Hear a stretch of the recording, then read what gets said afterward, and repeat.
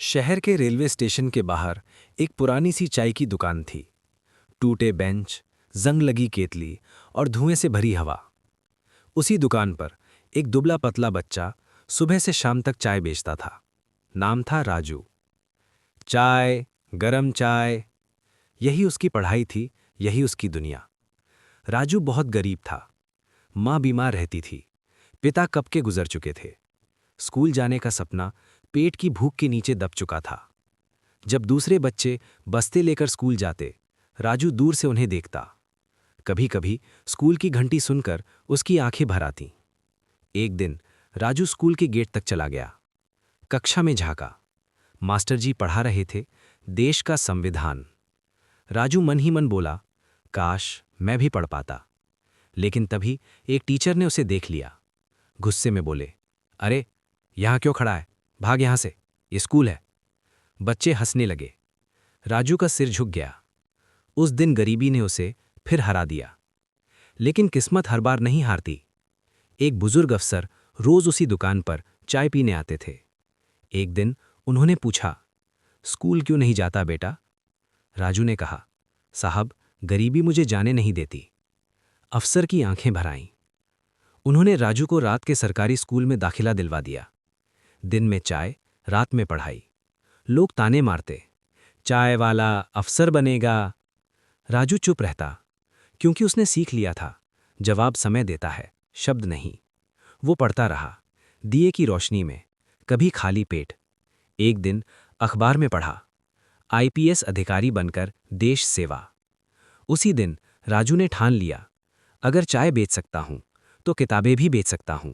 अपनी मेहनत की। पहला एग्जाम फेल, दूसरा फेल, तीसरा फेल। लोग बोले, औकात में रहे। राजू ने जवाब नहीं दिया, पढ़ाई और तेज कर दी।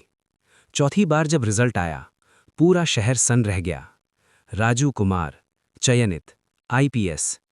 जिस हाथ में कभी चाय की केतली थी, आज उसी हाथ में कानून की किताब थी। पासिंग आउट परेड में राजू वर्दी में खड़ा था। भीड़ में वही लोग थे जो कभी उसे भगा देते थे। आज वो सब सलाम कर रहे थे। पहली पोस्टिंग उसी शहर में मिली जहां उसे स्कूल से निकाला गया था। राजू ने पहला आदेश दिया, किसी गरीब बच्चे को पढ़ने से कभी मत रोको।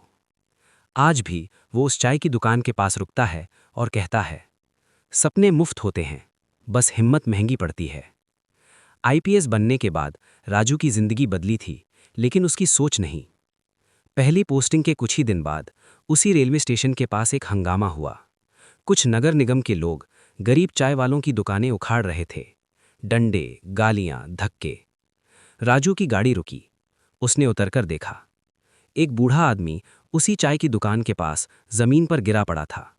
लोग उसे मार रहे थे। राजू के कदम रुक गए। उसकी आंखों के सामने अपना बचपन घूम गया। वो आगे बढ़ा और बोला, रुको। लोग चौंक गए। किसी ने कहा, साहब ये अवैध दुकान है।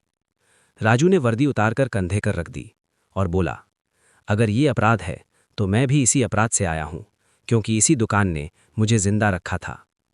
पूरा इलाका सन्न। राजू ने तुरंत आदेश दिया, किसी दुकान को बिना नोटिस नहीं हटाया जाएगा। गरीबों के लिए वैकल्पिक जगह दी जाएगी। बच्चों की पढ़ाई का इंतजाम होगा। उसी दिन राजू ने वहां एक बोर्ड लगवाया। यहां से एक चाय बेचने वाला आईपीएस अफसर बना था। मीडिया पहुंच गया। इंटरव्यू में पूछा गया, सर इतनी हमदर्दी क्यों? राजू मुस्कुराया और बोला, क्योंकि जिसने गरीबी देखी होती है वो कुर्सी नहीं, इंसान देखता है। कुछ महीने बाद राजू ने एक नई पहल शुरू की, चाय से क्लास तक योजना, जिसमें स्टेशन के बच्चे, ढाबों पर काम करने वाले बच्चे, कचरा बीनने वाले बच्चे, सबको शाम को मुफ्त पढ़ाई मिलने लगी।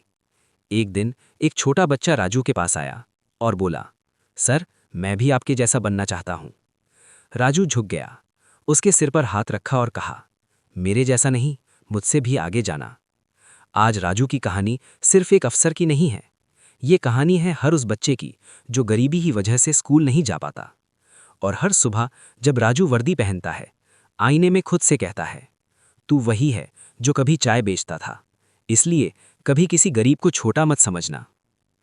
राजू अब सिर्फ एक आईपीएस अफसर नहीं था, वो गरीबों की आवाज बन चुका था। लेकिन सिस्टम को ऐसे लोग पसंद नहीं आते।